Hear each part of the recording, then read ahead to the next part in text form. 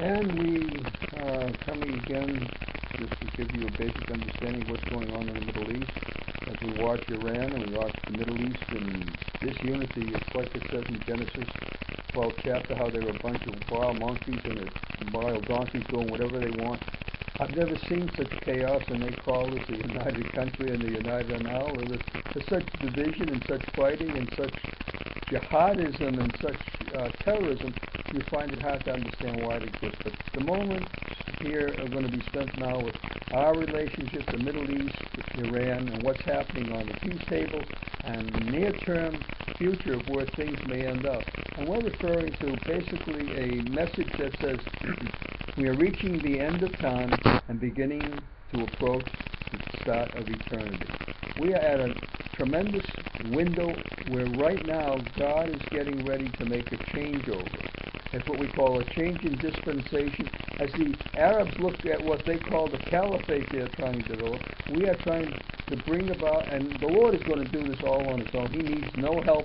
We are only proving His plan in the way human nature would respond, even though it's been given the rights to get out of its fleshly attitude and begin to think on a spiritual plane. They find it hard to understand and believe, people in general. But the Lord is revealing it to those who diligently seek Him. If you diligently seek the Lord, what we're going to be saying here is going to sink in your spirit, and you're going to have a grasping idea of a little bit more of what's going on in that Middle East. And right now, what is going on? We're noticing that the Iranians are in peace agreements of trying to reach some sort of peace agreement with the United States. And some parts of the Middle East, there's about 5 or 6 different ministers from different countries trying to organize this thing. And we are looking through the eyes of John Kerry, and we're looking through the eyes of President Obama to present a peace plan, of which we look on the other side. There's a man by the name of the Ayatollah Khomeini, who is the chief imam in Iran.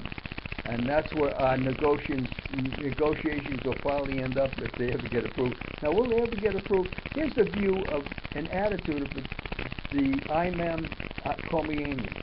He believes that all these Americans were nothing but satanic representatives, and Israel is a Satan country, and those two countries, all the people have to be eliminated. We are enemies of Allah, so they have to be eliminated. That's an attitude that's deeply rooted in the highest leadership in the Iranian ranks. That's the Ayatollah. We also have other negotiators negotiating and being caught on the same plane. They're trying to arrive, and we are looking at going to a table, and we're in basically tentative agreement discussing different options of how we can bring a solution into place.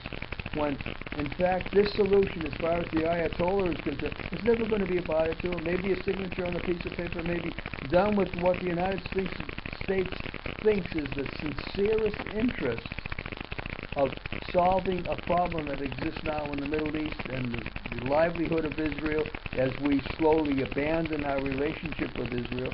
And we're seeing the whole thing come to a collapse.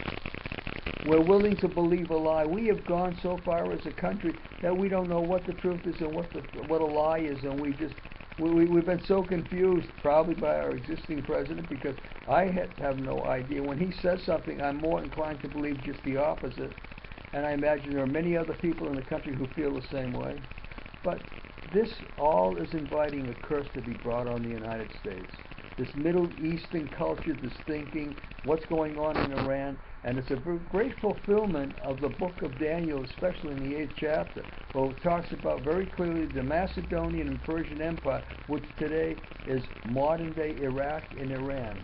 We are seeing, as the prophet Daniel said, the prophecy being fulfilled.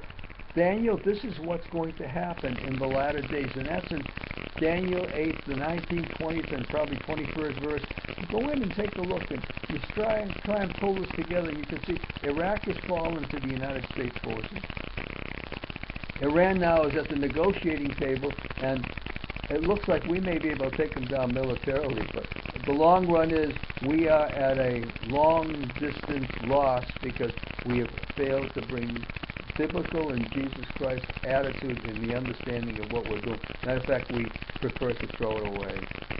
So that being said, we want to say at this point, thank you for giving us some of your ear, and we're going to continue to try and give more sharp messages that will bring this into focus.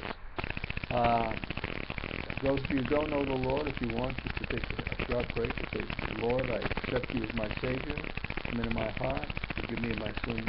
We thank you for that opportunity. In Jesus' name, amen.